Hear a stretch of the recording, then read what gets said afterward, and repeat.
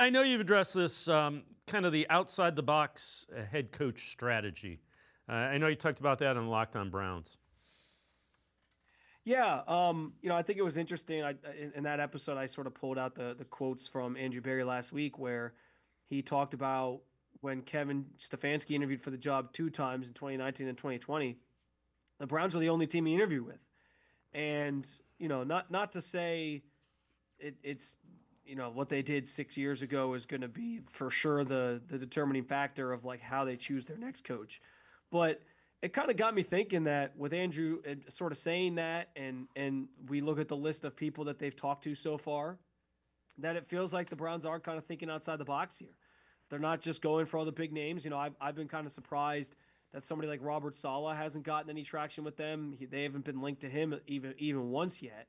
And so that makes me kind of realize, like, yeah, the big names are out there. One of them obviously is off the board in Harbaugh, but the big names are out there. They did interview Mike McDaniel, and he's in the mix for it. But maybe they're going to stay away from the big names and the notable names, the people who are just prominently coaches most recently, and they're going to try to kind of beat some other teams to the punch on hiring one of these young up and coming minds, offensive minds, defensive minds, coordinators, whatever you want to say, and make that their guy. Who that is and what that looks like obviously remains to be seen. Um, but the names that kind of stand out when I think about that are, like the Grant Udinskis, the Nate Shieldhouses, like those guys that are coming from these offensive systems and coaches and those trees that everybody's kind of coveting right now that are still pretty young, haven't necessarily had a lot of coaching opportunities, or in Udinski's case, like he wasn't calling plays last year for Jacksonville because Liam Cohen was. But you sort of feel like that might be the direction that they go, as they try to sort of beat the clock on some of these other teams to identify those guys. And honestly, like it honestly makes me wonder if like Tommy Reese has a better shot at this thing than we're giving him credit for, because he falls in that same box of up and coming hot name that everyone is accepting is going to be a hot name for a coordinator job or a head coaching job in college or the NFL here in the near future.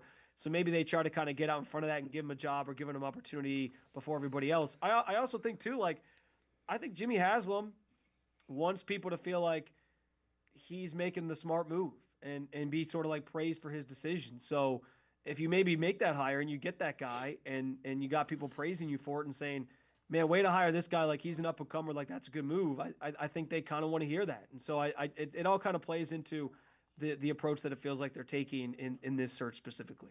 Well, if you bring in a young guy and Shedeur Sanders isn't your starting quarterback, he can't be your backup. You can't bring in, you can't do a Deshaun Watson. I mean, think of the circus that this has been the last couple of years.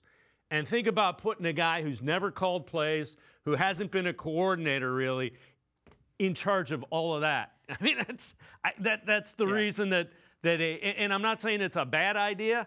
I'm saying I wouldn't sign up for that based on recent past history of what's gone on with this franchise. That would be an absolute. I mean, what could go wrong?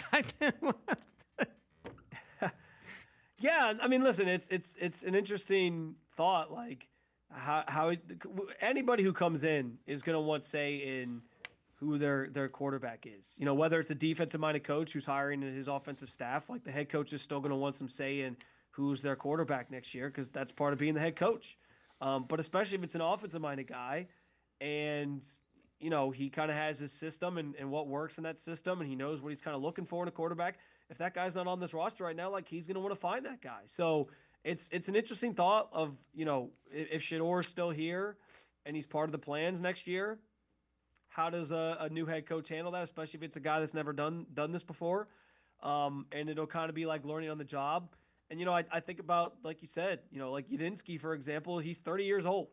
Um, he'd be like really starting fresh and be this like young sort of thought, or this young sort of mind in the game, and he's seen everything for the first time, and that's kind of a lot for one person to sort of be handling. So yeah, it's an interesting situation, and that's going to be, as soon as this coach gets hired, as soon as they make their final decision, the next natural thought is going to be, okay, what does this mean for the quarterback situation? Because I'm going into this saying Shador's plan A right now, but until we have a head coach hire, Yep. I don't know if that's going to be the case, because maybe they would trade for somebody. Maybe they would sign somebody in free agency, like a vet that they feel like can compete for the job. And I still think ultimately it probably ends up being an open competition anyway. But yeah, like that's the next big question that will be answered after we find out who the Browns' next head coach is.